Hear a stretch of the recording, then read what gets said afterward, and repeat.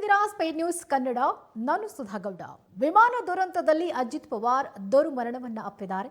ಆಸ್ಪತ್ರೆಯಿಂದ ಅಜಿತ್ ಪವಾರ್ ಅವರ ಪಾರ್ಥಿವ ಶರೀರವನ್ನ ಸ್ಥಳಾಂತರ ಮಾಡಲಾಗ್ತಾ ಇದೆ.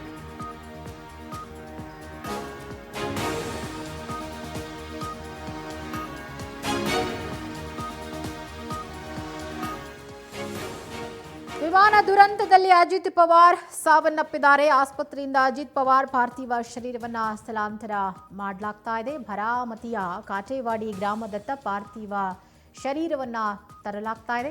ಅಜಿತ್ ಪವಾರ್ ಅವರ ಸ್ವಗ್ರಾಮ ಭರಾಮತಿಯಲ್ಲಿ ನೀರವ ಮೌನ ಆವರಿಸಿದೆ. ಕಾಟೇವಾಡಿಯ ತೋಟದ ಮನೆಯಲ್ಲಿ ಅಂತಿಮ ದರ್ಶನಕ್ಕೆ ವ್ಯವಸ್ಥೆಯನ್ನ ಮಾಡಲಾಗಿದೆ. 1 ಗಂಟೆಗಳ ಕಾಲ ಸಾರ್ವಜನಿಕರಿಗೆ ಅಂತಿಮ ದರ್ಶನಕ್ಕೆ ವ್ಯವಸ್ಥೆ ಮಾಡಲಾಗುತ್ತೆ.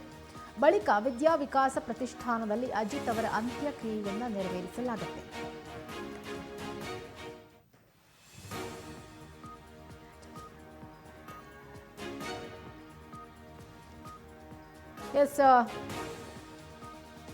ಅಜಿತ್ ಪವಾರ್ ಅವರ ಅಂತ್ಯಕ್ರಿಯೆಗೆ ಇವತ್ತು ಸಕಲ ಸಿದ್ಧತೆಗಳು ಕೂಡ ಆರಂಭ ಆಗಿರೋದು. ವಿಮಾನ ದುರಂತದಲ್ಲಿ ಸಾವನ್ನಪ್ಪಿರುವಂತಹ ಮಹಾರಾಷ್ಟ್ರದ ಡಿಸಿಎಂ ಅಜಿತ್ ಪವಾರ್ ಅವರ ಅಂತ್ಯಕ್ರಿಯೆಗೆ ಸಕಲ ಸಿದ್ಧತೆಗಳು ಆರಂಭ ಆಗಿದೆ. ಆಸ್ಪತ್ರೆಯಿಂದ ಅಜಿತ್ ಪವಾರ್ ಅವರ ಪಾರ್ಥಿವ ಶರೀರವನ್ನು ಈಗ ಸ್ವಗ್ರಾಮಕ್ಕೆ ಸ್ಥಳಾಂತರ ಮಾಡಲಾಗ್ತಾ ಇದೆ. ಭರಾಮತಿಯ ಕಾಟೇವಾಡಿ ಗ್ರಾಮದತ್ತ ಪಾರ್ಥಿವ ಶರೀರ ಆಗಮಿಸ್ತಾ ಇರೋದು. ಅಜಿತ್ ಪವಾರ್ ಸ್ವಗ್ರಾಮ ಭರಾಮತಿಯಲ್ಲಿ ನೀರವ ಮೌನ ಆವರಿಸಿದೆ. ಕಾಟೇವಾಡಿಯ ತೋಟದ ಮನೆಯಲ್ಲಿ ಅಂತಿಮ ದರ್ಶನಕ್ಕೆ ವ್ಯವಸ್ಥೆಯನ್ನ ಮಾಡಲಾಗಿರೋದು. 1 ಗಂಟೆಗಳ ಕಾಲ ಸಾರ್ವಜನಿಕರಿಗೆ ಅಂತಿಮ ದರ್ಶನಕ್ಕೆ ವ್ಯವಸ್ಥೆಯನ್ನ ಮಾಡಲಾಗುತ್ತೆ. ಬಳಿಕ ವಿದ್ಯಾವಿಕಾಸನ ಪ್ರತಿಷ್ಠಾನದಲ್ಲಿ ಅಜಿತ್ ಪವಾರ್ ಅವರ ಅಂತ್ಯಕ್ರಿಯೆ ನಡೆಯಲಿದೆ.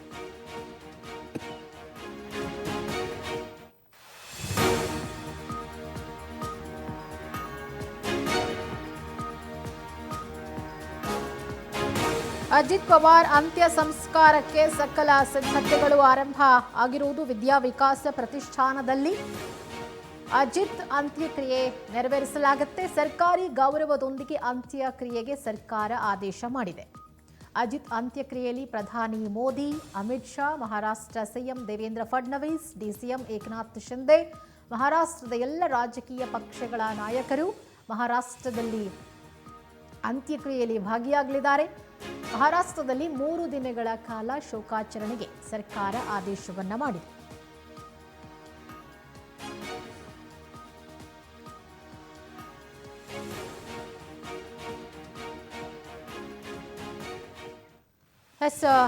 ನಿನ್ನೆ ಬೆಳಗ್ಗೆ ಸುಮಾರು 8:30 ಗಂಟೆಗೆ ಸಂಭವಿಸಿದಂಥ ವಿಮಾನ ದುರಂತದಲ್ಲಿ ಮಹಾರಾಷ್ಟ್ರದ ಡಿಸಿಎಂ ಅಜಿತ್ ಪವಾರ್ ಸಾವನ್ನಪ್ಪಿದ್ದಾರೆ. ಒಟ್ಟು 6 ಸಿಬ್ಬಂದಿಗಳು ಸಾವನ್ನಪ್ಪಿರೋದು. ಅಜಿತ್ ಪವಾರ್ ಸೇರಿದಂತೆ ಅವರ 2 PAಗಳು ಹಾಗೆ 2 ಬಾಡಿಗಾರ್ಡ್ಸ್ ಜೊತೆಗೆ 2 ಪೈಲಟ್ಗಳು ಸಾವನ್ನಪ್ಪಿದ್ದಾರೆ. ವಿಮಾನ ದುರಂತದಲ್ಲಿ ಸಾವನ್ನಪ್ಪಿದಂಥ ಅಜಿತ್ ಪವಾರ್ ಅವರ ಒಂದು ಮೃತದೇಹವನ್ನು ಇವತ್ತು ಅವರ ಸ್ವಗ್ರಾಮಕ್ಕೆ ಶಿಫ್ಟ್ ಮಾಡಲಾಗ್ತಾ ಇದೆ. ಹೀಗಾಗಿ ಭರಾಮತಿಯಲ್ಲಿ ನೀರವ ಮೌನ ಆವರಿಸಿರುವುದು. ಕಾಟೇವಾಡಿಯ ತೋಟದ ಮನೆಯಲ್ಲಿ ಅಂತಿಮ ದರ್ಶನಕ್ಕೆ ವ್ಯವಸ್ಥೆ ಮಾಡಲಾಗಿದೆ. ಬಳಿಕ 1 ಗಂಟೆಗಳ ಕಾಲ ಸಾರ್ವಜನಿಕರಿಗೆ ಅಂತಿಮ ದರ್ಶನಕ್ಕೆ ವ್ಯವಸ್ಥೆ. ಅದಾದ ಬಳಿಕ ಅಂತ್ಯಕ್ರಿಯೆ ವಿದ್ಯಾವಿಕಾಸನ ಪ್ರತಿಷ್ಠಾನದಲ್ಲಿ ಅಜಿತ್ ಅವರ ಅಂತ್ಯಕ್ರಿಯೆಯನ್ನು ನೆರವೇರಿಸಲಾಗುತ್ತೆ. ಸರ್ಕಾರಿ ಗೌರವಗಳೊಂದಿಗೆ ಅಂತ್ಯಕ್ರಿಯೆಗೆ ಸರ್ಕಾರ ಆದೇಶ ಮಾಡಿರೋದು. ಪ್ರತಿಯೊಬ್ಬ ರಾಜಕಾರಣಿಗಳಿಗೂ ಕೂಡ ಸರ್ಕಾರಿ ಸಕಲ ಗೌರವಗಳೊಂದಿಗೆ ಅಂತ್ಯಕ್ರಿಯೆಯನ್ನು ನೆರವೇರಿಸಲಾಗುತ್ತೆ. ಅದರಲ್ಲೂ ಆಡಳಿತ ಪಕ್ಷದ ಉಪಮುಖ್ಯಮಂತ್ರಿ ಆಗಿದ್ದಂಥ ಅಜಿತ್ ಪವಾರ್ ಅವರಿಗೆ ಸರ್ಕಾರಿ ಸಕಲ ಗೌರವಗಳೊಂದಿಗೆ ಅಂತ್ಯಕ್ರಿಯೆಯನ್ನು ನೆರವೇರಿಸಲೇಬೇಕು. ಪ್ರಧಾನಿ ಮೋದಿ, ಅಮಿತ್ ಶಾ, ಮಹಾರಾಷ್ಟ್ರ ಸಿಎಂ ದೇವೇಂದ್ರ ಫಡ್ನವೀಸ್ ಹಾಗೆ ಡಿಸಿಎಂ ಏಕನಾಥ್ ಶಿಂಧೆ, ಮಹಾರಾಷ್ಟ್ರದ ಎಲ್ಲ ರಾಜಕೀಯ ಪಕ್ಷಗಳ ನಾಯಕರು ಕೂಡ ಇವತ್ತಿನ ಅಂತ್ಯ ಸಂಸ್ಕಾರ ಕಾರ್ಯಕ್ರಮದಲ್ಲಿ ಭಾಗಿಯಾಗಲಿದ್ದಾರೆ. 3 ದಿನಗಳ ಕಾಲ ಶೋಕಾಚರಣೆಯನ್ನು ನಡೆಸಲಾಗ್ತಾ ಇದೆ ಮಹಾರಾಷ್ಟ್ರದಲ್ಲಿ.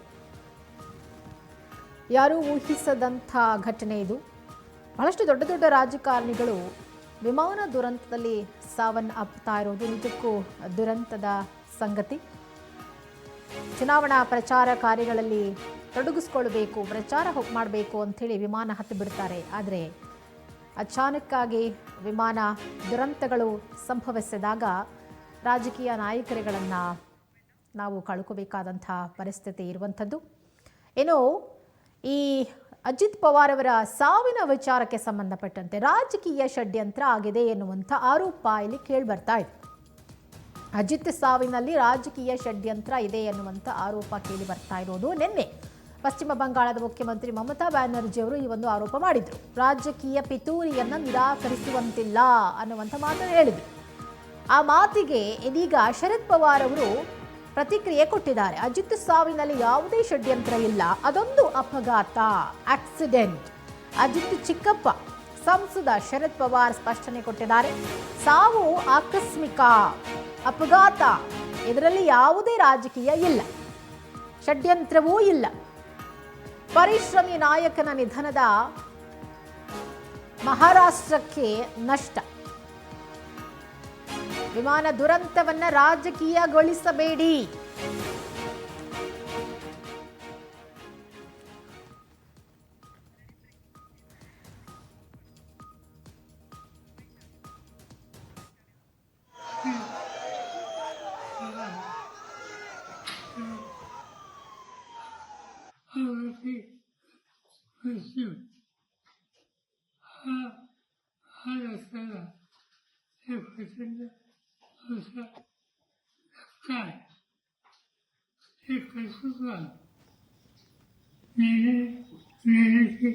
शक्ती मिळत आहे अशा व्यक्तीला महाराष्ट्र मोकळा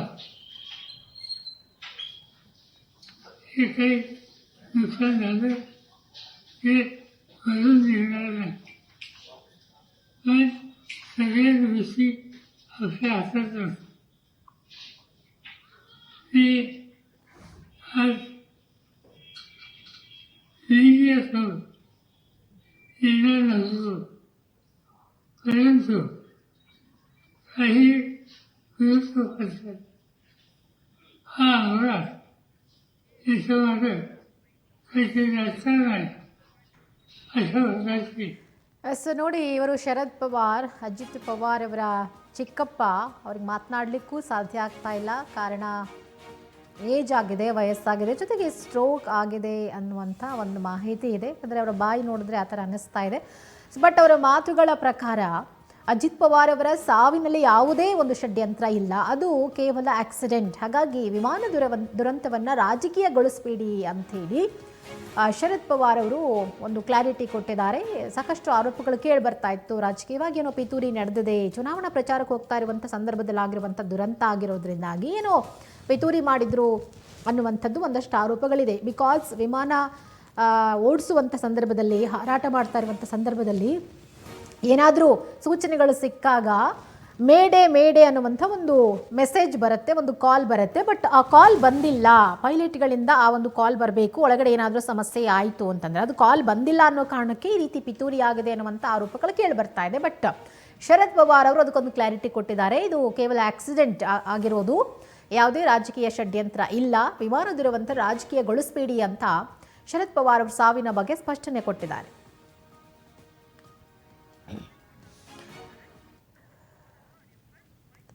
ಈ ಬಗ್ಗೆ ಮತ್ತಷ್ಟು ಡೀಟೇಲ್ಸ್ ಕೊಡ್ತಾರೆ ನಮ್ಮ ರಿಪೋರ್ಟರ್ ರೇಣುಕಾ, ದೂರವಾಣಿ ಸಂಪರ್ಕದಲ್ಲಿದ್ದಾರೆ. ಎಸ್ ರೇಣುಕಾ, ಅಜಿತ್ ಪವಾರ್ ಅವರ ಒಂದು ಸಾವಿನ ಕುರಿತಾಗಿ ಒಂದಷ್ಟು ಆರೋಪಗಳಿದೆ. ಇದು ರಾಜಕೀಯ ಷಡ್ಯಂತ್ರ ಅಂತ ಹೇಳಿ ನಿನ್ನೆ ಪಶ್ಚಿಮ ಬಂಗಾಳದ ಮುಖ್ಯಮಂತ್ರಿ ಮಮತಾ ಬ್ಯಾನರ್ಜಿ ಅವರು ರಾಜಕೀಯ ಪಿತೂರಿಯನ್ನು ನಿರಾಕರಿಸುವಂತಿಲ್ಲ ಅನ್ನುವಂಥ ಒಂದು ಮಾತನ್ನು ಹೇಳ್ತಾರೆ. ಆಮೇಲೆ ಈ ಫ್ಲೈಟ್ ಆಕ್ಸಿಡೆಂಟ್ ಆಗುವಂಥ ಸಂದರ್ಭಗಳಲ್ಲಿ ಮೇಡೆ ಅನ್ನುವಂಥ ಒಂದು ಕಾಲ್ ಕೂಡ ಬರಬೇಕು ಒಳಗಡೆ ಸಮಸ್ಯೆ ಆದಾಗ. ಬಟ್ ಅದು ಬಂದಿಲ್ಲ ಅನ್ನುವಂಥದ್ದು ಕೇಳಿ ಬರ್ತಾ ಇದೆ. ಸೊ ನಿಜಕ್ಕೂ ಇದು ಷಡ್ಯಂತ್ರ ಅಂತ ಹೇಳಿ ಅನಿಸುತ್ತಾ? ಅದರ ಜೊತೆಗೆ ಇವತ್ತಿನ ಒಂದು ಅಂತ್ಯಕ್ರಿಯೆಗೆ ಸಕಲ ಸಿದ್ಧತೆಗಳು ಹೇಗೆಲ್ಲ ಆಗಿದೆ, ಯಾರೆಲ್ಲ ಭಾಗಿಯಾಗಲಿದ್ದಾರೆ ಅಂತ ಹೇಳಿ? ಮಹಾರಾಷ್ಟ್ರದ ಮುತ್ಸದ್ದಿ ನಾಯಕರಾದಂತಹ ಅಜಿತ್ ಪವಾರ್ ಅವರು ವಿಮಾನ ದುರಂತದಲ್ಲಿ ದಾರುಣ ಸಾವನ್ನಪ್ಪುತ್ತಾರೆ. ಈ ಒಂದು ಘಟನೆ ಯಾರೂ ಕೂಡ ಊಹಿಸ್ಲಿಕ್ಕೆ ಆಗಿರ್ಲಿಲ್ಲ. ಪಕ್ಷದ ಒಂದು ರ್ಯಾಲಿಯ ಸಮಾವೇಶಕ್ಕೆ ಭಾಗಿಯಾಗ್ಲಿಕ್ಕೆ ಅವರು ಹೋಗ್ತಾ ಇರ್ತಾರೆ. ಆ ಒಂದು ಸಂದರ್ಭದಲ್ಲಿ ಕೂಡ ಈ ರೀತಿಯಾದಂತಹ ದುರ್ಘಟನೆ ಕೂಡ ನಡೆಯುತ್ತೆ. ಈಗಾಗಲೇ ಅವರ ಒಂದು ಸಾವಿಗೆ ಸಾಕಷ್ಟು ಜನರು ಕೂಡ ಸಂತಾಪವನ್ನು ಕೂಡ ಸೂಚಿಸಿರುವಂತದ್ದು. ಬಿಜೆಪಿ, ಕಾಂಗ್ರೆಸ್, ಜೆಡಿಎಸ್ ಸೇರಿದಂತೆ ದೇಶದಲ್ಲಿರ್ತಕ್ಕಂಥ ಹಲವಾರು ಪಕ್ಷದ ನಾಯಕರುಗಳು ಕೂಡ ಈಗಾಗಲೇ ಅವರ ಸಾವಿಗೆ ಸಾಕಷ್ಟು ತೀವ್ರ ಸಂತಾಪವನ್ನು ಕೂಡ ಸೂಚಿಸಿರುವಂತದ್ದು. ಹಿರಿಯ ನಾಯಕರು ಕೂಡ ಆಗಿದ್ರು. ಅದೇ ರೀತಿಯಾಗಿ ಮಹಾರಾಷ್ಟ್ರದಲ್ಲಿ ಏನು ಸರ್ಕಾರ ನಿರ್ಮಾಣ ಆಗ್ಬೇಕಿತ್ತು, ಆ ಒಂದು ಸಂದರ್ಭದಲ್ಲಿಯೂ ಕೂಡ ಇವರ ಒಂದು ಪಾತ್ರ ಬಹಳ ಮುಖ್ಯವಾಗಿತ್ತು. ಮಹಾರಾಷ್ಟ್ರದಲ್ಲಿ ಸರ್ಕಾರ ಅಧಿಕಾರಕ್ಕೆ ಬರ್ಲಿಕ್ಕೆ ಮುಖ್ಯ ಪಾತ್ರರು ಇವರೇ ಅಂತಕ್ಕಂತ ವಿಷಯ ಕೂಡ ಈಗಾಗಲೇ ದೇಶದಾದ್ಯಂತ ಜನರಿಗೂ ಕೂಡ ಗೊತ್ತು, ರಾಜಕಾರಣಿಗಳಿಗೂ ಕೂಡ ಸಾಕಷ್ಟು ಗೊತ್ತಿರುವಂತದ್ದು. ಅವರ ಒಂದು ಅನುಭವ ದೇಶಕ್ಕೆ ಇನ್ನೂ ಕೂಡ ಬೇಕಾಗಿತ್ತು. ಆದ್ರೆ ಅವರು ಅಕಾಲಿಕ ಈ ಒಂದು ದುರ್ಮರಣದಿಂದ ಈಗಾಗಲೇ ಮಹಾರಾಷ್ಟ್ರದ ಒಂದು ರಾಜಕೀಯ ಪರಿಸ್ಥಿತಿ ಕೂಡ ಬದಲಾಗುವ ಸನ್ನಿವೇಶಗಳು ಕೂಡ ಸಾಕಷ್ಟು ಇರುವಂತದ್ದು. ಇನ್ನ ಅವರ ಒಂದು ಅಂತ್ಯಕ್ರಿಯೆ ಇಂದು ಬೆಳಗ್ಗೆ 11 ಗಂಟೆಗೆ ನಡೆಯುತ್ತೆ. ಮಹಾರಾಷ್ಟ್ರದಲ್ಲಿಯೇ ಈ ಒಂದು ಅಂತ್ಯಕ್ರಿಯೆ ಕೂಡ ನಡೀತಿರುವಂತದ್ದು. ಈ ಒಂದು ಅಂತ್ಯಕ್ರಿಯೆಗೆ ಈಗಾಗಲೇ ಘಟಾನುಘಟಿ ನಾಯಕರುಗಳು ಕೂಡ ಹೋಗಿರುವಂತದ್ದು.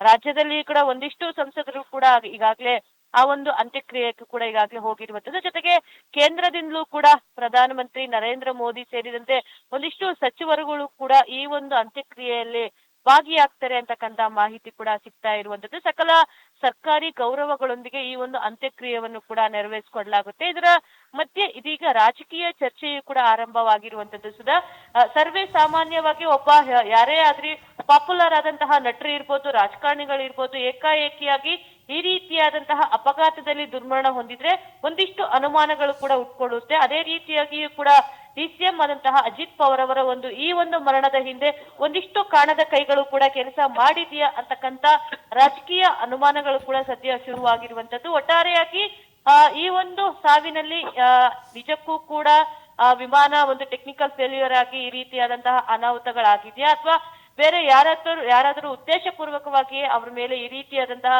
ದಾಳಿ ಮಾಡಿದ್ದಾರ ಅಂತಕ್ಕಂಥ ವಿಚಾರವು ಬಯಲಿಗೆ ಬರ್ಬೇಕು ಅಂದ್ರೆ ಕೇಂದ್ರ ಸರ್ಕಾರ ಮತ್ತೆ ಅಲ್ಲಿರ್ತಕ್ಕಂಥ ಸ್ಥಳೀಯ ರಾಜ್ಯ ಸರ್ಕಾರವು ಕೂಡ ಒಂದಿಷ್ಟು ತನಿಖೆಗೆ ಸೂಕ್ತ ತನಿಖೆಗೆ ಆದೇಶಿಸಬೇಕಾಗುತ್ತೆ. ತದನಂತರ ಸತ್ಯಾಸತ್ಯತೆಗಳು ಕೂಡ ಹೊರಬೀಳುವ ಸಾಧ್ಯತೆಗಳು ಕೂಡ ಹೆಚ್ಚಾಗಿದೆ. ಸುಧಾ, ಓಕೆ, ಥ್ಯಾಂಕ್ ಯು ನಿಮ್ಮೆಲ್ಲ ಡೀಟೇಲ್ಸ್ಗಾಗಿ ರೇಣುಕಾ.